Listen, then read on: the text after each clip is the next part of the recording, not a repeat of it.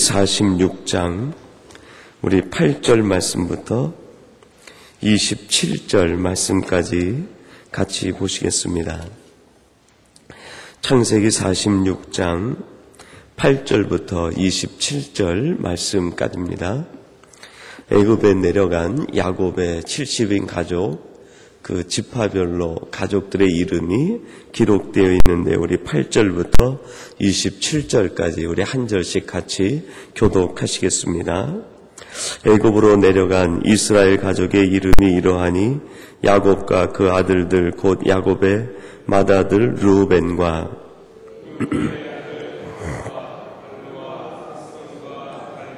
시몬의 아들 곧 여무엘과 야민과 오핫과 야긴과 스알과 가나안 여인의 소생 사울이요 유다의 아들 곧 엘과 오난과 셀라와 베레스와 세란이 엘과 오난은 가나안 땅에서 죽었고 또 베레스의 아들 곧 헤스론과 하몰이요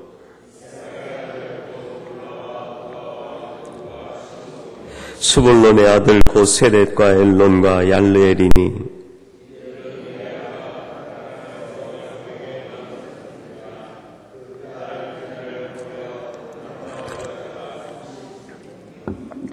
가세 아들 곧 시몬과 학기와 순이와 에스몬과 에리와 아로디와 아렐리오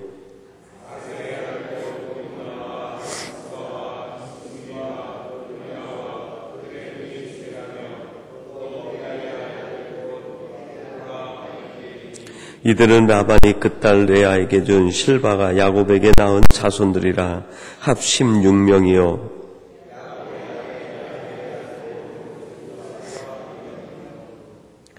애굽 땅에서 온 제사장 보디베라의 딸 아스낫이 요셉에게 낳은 므낫세와 에브라임이요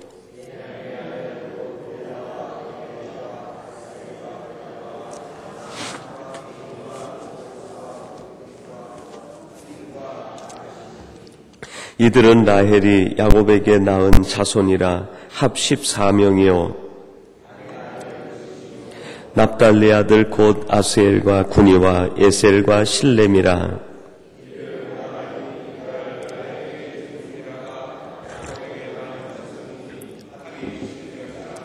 야곱과 함께 애굽에 이른 자는 야곱의 자부 외에 66명이요 이는 다 야곱의 몸에서 나온 자며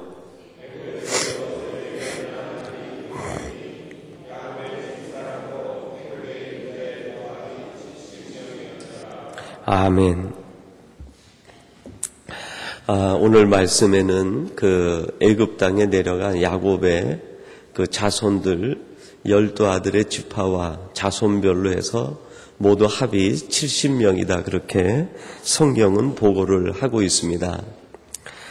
여러분 그 야곱의 12아들들 그 자손들 손주들 이름을 우리가 함께 읽었는데 발음도 참 어려운 것 같아요. 발음이 어려운데 그들이 내려가서 결국 애굽 민족의 뿌리를 만들고 위대한 하나님의 역사를 이루어가는 하나님의 나라의 사람들이 되었습니다. 오늘 이 시간 여러분 한 사람 한 사람 이름이 아마 한 명 한 명 이름을 우리가 쭉 불러보면 왜 저 사람은 이름을 이기성이라고 지었을까? 또 여기 우리 은퇴 장로님 나와 계시는데요. 왜 장로님은 그 조남을 그렇게 지었을까? 아마 여러분 이름이 다 각기 틀릴 겁니다. 이름이 틀린 만큼 성격도 다르고 또 우리의 자라온 배경도 다르고 우리의 생각과 취미도 다르죠. 다르지만 그들이 모여서 결국 하나님의 나라를 이루게 되고 하나님의 나라를 이루어가는 씨앗이 된다는 것입니다. 오늘 예배하는 여러분들이 하나님 나라의 씨앗인 것을 이 세상에 뿌려진 하나님 나라의 씨앗인 것을 기억하시기를 바랍니다. 27절 말씀 보니까 그렇게 말씀합니다. 애굽에서 요셉에게 낳은 아들이 2명이니 야곱의 집사람으로 애굽에 이른 자의 도합이 70명이었더라. 야곱의 70인 가족이 애굽에 신비워지게 되었다. 하나님의 계획과 섭리 가운데 뿌려지게 되었다. 그렇게 얘기합니다. 야곱의 가족들이 애굽에 내려가게 된 것은 처음부터 하나님께서 주신 사명 때문에 그들이 간 것만은 아니었습니다. 그들이 먹을 것이 없어서 애굽에 양식을 사러 갔다가 요셉을 만나게 되고 결국 그들이 애굽에 내려가서 고센 땅에 거해서 살게 됐습니다. 여러 가지 환경의 어려움과 또 물리적인 조건 때문에 애굽에 가게 되었지만 그 뒤에는 하나님의 섭리, 하나님의 계획이 있었다는 것이죠. 오늘 여기에 함께 예배하는 여러분들이 이곳에 오게 된 것은 아마 각각 여러분 나름대로의 사정이나 또 생각이나 여러분의 일을 얘기해 보세요 하면은 100명이면 100명이 다 다를 것입니다. 거기에는 우리가 생각하고 우리가 결단하고 우리가 이곳을 정하고 온 것 같지만 결국 그 뒤에는 하나님의 계획과 하나님의 섭리와 뜻이 있다는 것 아니겠습니까? 우리가 이곳에만 온 것이 그렇겠어요. 한국 땅에 거하고 살고 있는 그분들도 역시 동일한 하나님의 보이지 않는 손길과 섭리가 있을 것입니다. 이것을 가리켜서 우리는 신학적으로 하나님의 섭리다 그렇게 얘기합니다. 그것을 섭리사관이라고 얘기하고 그것이 창조론에 들어가 있고요. 사도 바울은 그것을 가리켜서 예정론이다 그렇게 얘기를 했습니다. 여러분이 여기에 오시게 된 것, 이곳에 살게 된 것, 지금까지 여러분이 지내오신 것이 우리의 계획 때문이 아니라 하나님의 예정 속에 하나님의 창조적인 섭리 속에 담겨 있다 그렇게 말합니다. 그래서 잠언서에서는 그런 얘기를 합니다. 사람이 자기의 길을 계획할지라도 그 걸음을 인도하시는 분은 여호와시다. 우리가 생각하고 결정한 것 같지만 지나고 보면 하나님이 하신 일이다. 하나님의 계획이고 하나님의 뜻이다. 그렇게 우리가 고백하게 된다는 것이죠. 애굽에 뿌려진 이스라엘 70인 가족, 그들은 우연히 거기에 온 것이 아니라 하나님의 계획과 섭리에 따라 오게 되었다는 것입니다. 그러므로 야곱의 가족을 보면서 우리는 그리스도인의 세 가지 차원의 삶을 이해할 수 있습니다. 우리는 그러면 이 땅에서 어떤 의식을 가지고 살아가야 되느냐? 첫 번째는 하나님에 대한 차원이 있습니다. 하나님에 대하여 우리는 선택받았다 하는 의식을 가지고 살아가야 됩니다. 두 번째는 애굽에 대하여 살아가는 차원이 있습니다. 세상 사람들에 대하여 우리는 어떤 의식을 가지고 살아가야 되느냐? 하나님께서 이스라엘 백성들을 애굽에서 빼어내시고 가나안에 보내실 때 너희들을 성민으로 삼았다 그렇게 얘기합니다. 거룩한 백성으로 삼았다는 것이죠. 하나님에 대해서는 우리는 선민입니다. 선택된 백성. 세상에 대해서는 우리는 어떤 존재입니까?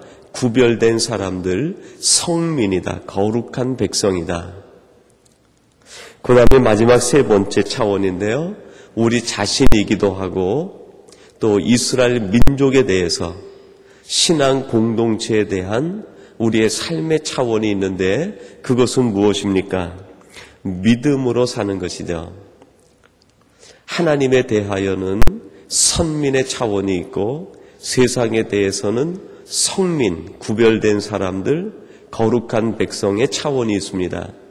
그리고 우리 자신, 믿음의 공동체에서는 우리는 신앙의 모델, 믿음의 조상으로 살아가야 되는 것이죠.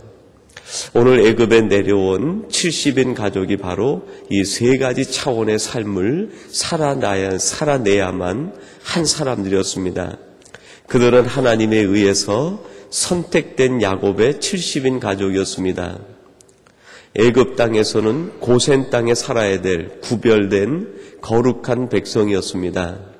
그리고 장차 이루어질 이스라엘 민족에 대해선 이 70인의 이름은 믿음의 조상 반열에 들어가는 신앙의 모델, 이스라엘 민족의 조상이었습니다. 이제 나중에 이스라엘 백성들의 많은 후예들은 애굽에 내려왔던 70인 가족이 어떤 믿음으로 살았는지 그것을 끊임없이 회상하며 살아가게 될 것입니다. 미국 사람들은 지금도 그 처음 불모지와 같은 신대륙에 내려왔던 청교도, 그들의 민족의 뿌리, 그들 청교도 신앙을 잊지 않고 그들은 살아갑니다. 그들이 우리 민족의 뿌리다. 이 나라를 개척한 사람들이다. 우리는 지금도 그들의 신앙을 물려받고 그들의 신앙 정신을 가지고 살아가야 된다 하는 것이 지금도 미국 사람들의 남아있는 정신 아니겠습니까? 여러분, 우리 한국 사람들은 때때로 얘기를 하면서 무슨 얘기를 합니까? 우리는 단군의 자손이다 그렇게 얘기를 합니다. 그러나 우리 크리스찬들은 어떻게 생각하며 살아갑니까? 단군의 자손 이전에 우리는 믿음의 선조를 가지고 있는, 믿음의 신앙의 스승들을 가지고 우리는 그 신앙들을 유업으로 받고 살아가고 있다고 자부심을 느끼고 있지 않습니까? 그래서 한국의 초대 목사 안수를 받은 7분의 목사님들, 그리고 한국 부흥의 씨앗과 뿌리가 되었던 수많은 목사님들, 성도님들, 그리고 일제시대 때에는 목숨을 바쳐서 신앙을 구하고 민족을 구했던 분들을 나름대로 우리 신앙의 모델로 삼고 살아가고 있는 것 아닙니까? 여러분, 지금 이 밴쿠버 땅에 우리 사랑하는 한인 2세들, 또 2.5세, 3세들이 자라고 있습니다. 그들이 앞으로 누구를 그들의 신앙의 모델로 생각하겠습니까? 오늘 여기에 있는 여러 어르신들과 여러분들이 바로 이 땅에 뿌려진 하나님의 신앙의 모델이고 신앙의 표본 아니겠습니까? 우리들이 어떻게 사느냐에 따라서 우리 자녀들이 신앙의 모델을 분명히 이해하기도 하고 잘못된 신앙을 전수받기도 할 것입니다. 우리는 우리의 자녀들이 이 땅에서 앞으로 살아가면서 세상을 변화시킬 그 사람인 것을 기억하고 우리는 3가지 차원의 삶을 성공적으로 하나님 안에서 살아내야 될 것입니다. 하나님에 대해서는 선민으로, 세상에 대해서는 성민으로, 그리고 우리 자신과 믿음의 공동체 내에서는 우리 믿음의 후손들에 대해서는 우리들은 믿음의 조상다운 자부심을 갖고 세상과 타협하지 않고 하나님께서 우리에게 주신 고센 땅에서 구별된 삶을 살아야 될 것입니다. 여러분, 창세기 25장부터 46장까지 보면 야곱의 가족들의 이야기가 한 20여 장에 걸쳐서 기록이 되고 있습니다. 야곱이 출생하는 그때부터 애굽 땅에 내려오는 46장까지 무려 20장 가까이 야곱의 가족 이야기가 쭉 기록이 되어 있습니다. 도대체 왜 야곱의 가족 이야기를 이렇게 길게 하나님은 기록에 남기셨을까? 한번 여러분 돌아가셔서 25장부터 46장까지 이르는 야곱과 그의 가족들의 이야기들을 한번 쭉 보세요. 허물투성이고 욕심투성이고 그리고 어느 것 하나 참 정말 존경할 만한 점이 별로 없는 사람들입니다. 어떻게 보면 우리와 비슷한 사람들이 야곱의 70인 가족이 아니겠는가 그런 생각을 하게 됩니다. 그런데 이런 사람들이 하나님께 붙들려 애굽에 내려갔을 때 결국 그들이 하나님의 나라를 실현해가는 하나님의 도구가 되었습니다.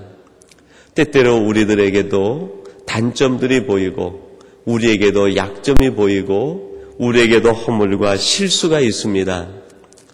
그럼에도 불구하고 하나님이 우리를 이곳에 보내신 까닭은 우리를 통해서 이루실 하나님의 계획이 있는 것 아니겠습니까? 그것을 바라보면서 오늘도 하나님이 주신 3가지 차원의 삶을 살아내는 저와 여러분들이 되시기를 바랍니다. 그러면 오늘 이 야곱 70인 가족은 이런 사람들이었는데 궁극적으로 이들이 어떻게 변했는가? 첫 번째는 분명한 신앙 고백을 가지고 애굽으로 내려갔습니다. 여러분 8절 말씀을 한번 보세요. 8절에 보면 이렇게 말씀합니다. 애굽으로 내려간 이스라엘 가족의 이름이 이러하니 그랬습니다. 조금 전까지만 해도 야곱 그러다가 애굽에 내려간 야곱의 가족을 이스라엘이라고 그렇게 이름을 바꾸어서 고백합니다. 애굽에 내려간 이스라엘 가족의 이름이 이러하다. 신앙 고백이 변한 사람들이 결국 애굽으로 내려갔다 하는 것입니다. 오늘 이 시간 예배하는 저와 여러분들이 이 땅을 살아갈 때 하나님이 원하시는 것이 하나 있는데 그것이 무엇이겠어요? 분명한 신앙 고백을 가져라. 여러분, 우리가 이 땅을 살아가면서 신앙 고백이 흔들리면 결국 영적인 삶이 흔들리고, 영적인 삶이 흔들리면 우리의 마음이 흔들리게 됩니다. 마음이 흔들리면 세상이 유혹으로 파고 들어오게 되고, 그때부터 우리의 삶은 갈피를 잡지 못합니다. 방향을 잡지 못하고 어디로 가야 되는지, 지금 내가 무엇 때문에 사는지, 왜 살아야 되는지 그 삶의 의미 자체가 흔들리게 됩니다. 그래서 하나님께서는 허물투성이요, 약점투성이요, 보잘것없는 사람들이지만 심지어는요, 세겜에서 수많은 사람들을 죽이고 도망한 도망자들이지만 그들이 분명한 신앙 고백이 회복되었을 때 그들을 애굽으로 내려보내시는 하나님의 이 섭리를 기억하시기 바랍니다. 너희들이 살아가는 세상은 만만히 봐서는 안 된다. 세상을 어떻게 살아갈 수 있느냐? 분명한 신앙 고백이 있어야 된다. 오늘 이 시간 저와 여러분들이 이 예배를 드리며 하나님 앞에 다시 한번 분명한 신앙 고백을 회복하고 하나님 앞에 드릴 수 있는 이 시간이 되기를 바랍니다. 그리고 두 번째는 사랑이 회복된 사람들이었습니다. 이 야곱의 70인 가족이 그동안 형제 요셉과 또 어머니가 다른 상태에서 태어난 자녀들이 서로 하나 되지 못하고 일치가 되지 못했습니다. 그런데 요셉을 통해서 그들 마음속에 있는 죄가 다 회개되고 형제 간의 사랑과 우애가 회복이 되고 아버지와 자녀 간의 모든 질서가 회복이 되어서 완전한 사랑의 공동체가 되었을 때 비로소 하나님은 이 야곱의 가족을 애굽으로 내려 보내신 것입니다. 사랑이 회복된 70인 가족이 애굽에 내려가서 나중에 어떻게 됩니까? 군대만 60만을 헤아리는 대군으로 번하게 됩니다. 전체 민족의 숫자로 하면 약 200만 가까이 된다고 합니다. 사랑이 회복된 70인이 200만을 헤아리는 큰 민족으로 거대한 힘을 가진 백성으로 자라게 된 것이다. 여러분, 시간의 길이가 있긴 하지만 거기에 주는 핵심 메시지가 무엇입니까? 사랑이 곧 힘이고 능력이고 에너지다 하는 것 아니겠습니까? 야곱의 가족이 만약에 사랑이 회복되지 않았다고 하면 애굽에서 1000년을 살아도 이러한 힘 있는 민족으로 어찌 발전할 수 있었겠습니까? 사랑에는 힘이 있습니다. 사랑에는 능력이 있습니다. 사랑에는 에너지가 있습니다. 사랑에는 열이 있게 됩니다. 사랑은 서로 덮어주고 사랑에는 놀라운 힘과 능력이 있어서 일치를 만드는 힘이 그 안에 있습니다. 고린도전서에도 보면 사도 바울이 고린도 교회 성도들에게 너희들이 무엇보다도 더욱 열심히 사랑하며 더욱 큰 은사를 사모하라 그랬어요. 가장 큰 은사, 그것을 가리켜 성경은 사랑이라고 얘기합니다. 여러분, 우리들이 이 땅을 살아갈 때 가장 큰 삶의 에너지가 무엇입니까? 하나님이 주시는 힘의 능력, 근원이 어디에 있습니까? 우리의 눈이 열려 세계 환상을 바라보는 것입니까? 사도 바울은 그것이 아니라고 얘기합니다. 우리의 입에서 알지 못하는 방언이 폭포처럼 쏟아지는 것이 힘의 능력입니까? 사도 바울은 그것이 아니라고 얘기합니다. 다른 사람의 일을 마치 마음을 꿰뚫어 보듯이 예언하는 것이 능력이라고 얘기합니까? 아닙니다. 그것이 아니라 오직 사랑이 힘이다. 사랑이 능력이다. 사랑이 가장 큰 에너지라고 얘기합니다. 오늘 저와 여러분들이 이 땅을 살아가면서 우리 주님께서 보여주신 사랑, 하나님이 주시는 은사, 큰 사랑이 우리에게 넘쳐서 그 사랑의 능력으로 이 세상을 변화시키는 우리 복된 성도님들이 되시기를 바랍니다. 그리고 마지막 세 번째로 이 야곱의 70인 가족은 사명이 회복된 사람들입니다. 여러분, 애굽에 내려간 이제 이 야곱의 70인 가족과 애굽 사람들 전체를 볼 때 애굽에 있는 사람들 중에 이제 두 종류의 삶을 사는 사람이 있습니다. 첫 번째는 누가 있습니까? 살아남기 위해서 사는 사람이 있어요. 삶의 목적이 서바이벌에 있는 사람, 살아남기 위해서 사는 것. 세상 사람들의 일반적인 삶의 논리가 그것 아닙니까? 이 세상에서 어떻게든지 나는 살아남아야 된다. 여러분, 이 논리를 가지고 학문적으로 연구한 학문이 있는데 그게 뭡니까? 그게 곧 진화론입니다. 진화론은 살아남기 위해서 사는 거예요. 양육 강식으로 살아야 됩니다. 살아남기 위해선 약한 자를 죽이고 강해서 살아남아야 되는 거죠. 적자 생존이라고 얘기합니다. 환경에 적응하지 못하고 타협하지 못하면 살아남지 못한다는 것이 진화론의 생각입니다. 정말로 살아남기 위해서는 진화론에서 마지막엔 어떻게까지 해야 되느냐? 돌연변이가 돼야 된다는 거예요. 적자 생존도 되지 않으면 자기 자신을 변화시켜서라도, 변질시켜서라도, 돌연변이가 돼서라도 살아남아야 된다. 여러분, 진화론이 아주 고상한 것 같지만 그 내용의 핵심을 보면 살아남기 위해서 사는 것, 얼마나 슬픈 삶의 운명을 얘기하고 있는지 모릅니다. 그런데 세상 학문은 그것을 가장 아름다운 것으로 얘기합니다. 인간을 해석하는 것으로 얘기합니다. 그러나 애굽에 내려간 70인 가족은 적자 생존 때문에 사는 것도 아니고, 살기 위해서 돌연변이가 되는 것도 아니고, 자기가 살아남기 위해서 양육 강식을 하는 것도 아니고, 무엇 때문에 삽니까? 서바이벌이 목적이 아니라 사명이 목적이 됩니다. 여러분, 우리들이 이 땅을 살아갈 때 우리의 삶의 이유가 무엇입니까? 혹시 진화론적인 사고, 서바이벌이 목적이 돼서 우리가 살아가고 있지는 않습니까? 혹시 여러분의 자녀들에게 이것을 생존의 기술로 가르치고 있는 것은 아닙니까? 너는 어떻게 해서든지 이 세상에서 살아남아야 된다. 그러기 위해선 너는 힘을 가져야 된다. 지식의 힘을 가져야 되고 사는 기술을 배워야 된다. 혹시 우리 자녀들에게 그것을 주입하듯 가르치고 있는 것은 아닙니까? 너는 살아남기 위해선 세상에서 돌연변이가 되어서라도 살아남아야 된다. 하나님은 우리에게 말씀합니다. 그것이 아니라 내가 너를 지었고 만들고 세상에 보낸 까닭은 사명 때문이다. 할 일이 있어서 보낸 것이다. 때로는 하나님은 우리를 사명 때문에 약하게도 만듭니다. 때로는 사명 때문에 우리를 병들게도 하고, 사명 때문에 때로는 우리들을 학교에도 다니지 못하게 할 때도 있습니다. 때로는 사명 때문에 우리를 너무나 어려운 환경에 놓을 때도 있습니다. 심지어는 태어날 때부터 소경으로, 안전뱅이로 평생을 몸에 가시를 갖고 살아갈 수 있게도 만듭니다.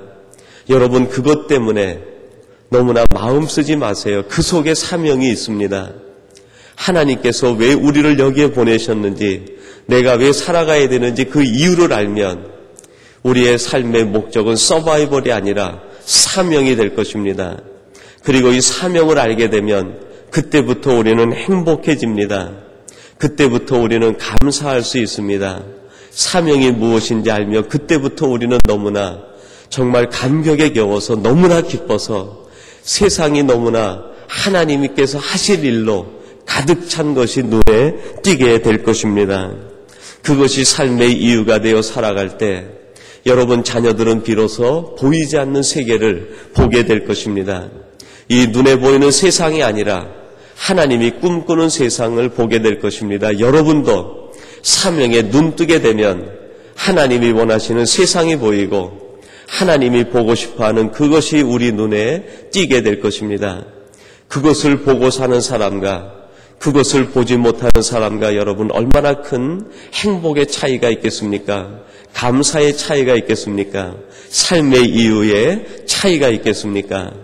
오늘 새벽 기도할 때 하나님께서 여러분의 눈을 띄게 하셔서 사명을 보게 하셔서 서바이벌이 아니라 사명 때문에 살아가는, 그래서 너무나 행복한, 너무나 감사한 우리 삼성의 또 이 새벽을 깨우는 여러분들이 되시기를 주님의 이름으로 축원합니다. 하나님 아버지 감사합니다. 오늘도 이 새벽을 깨우게 하시고 저희들이 이 땅에 뿌려진 하나님의 나라의 씨앗인 것을 말씀해 주시니 감사합니다.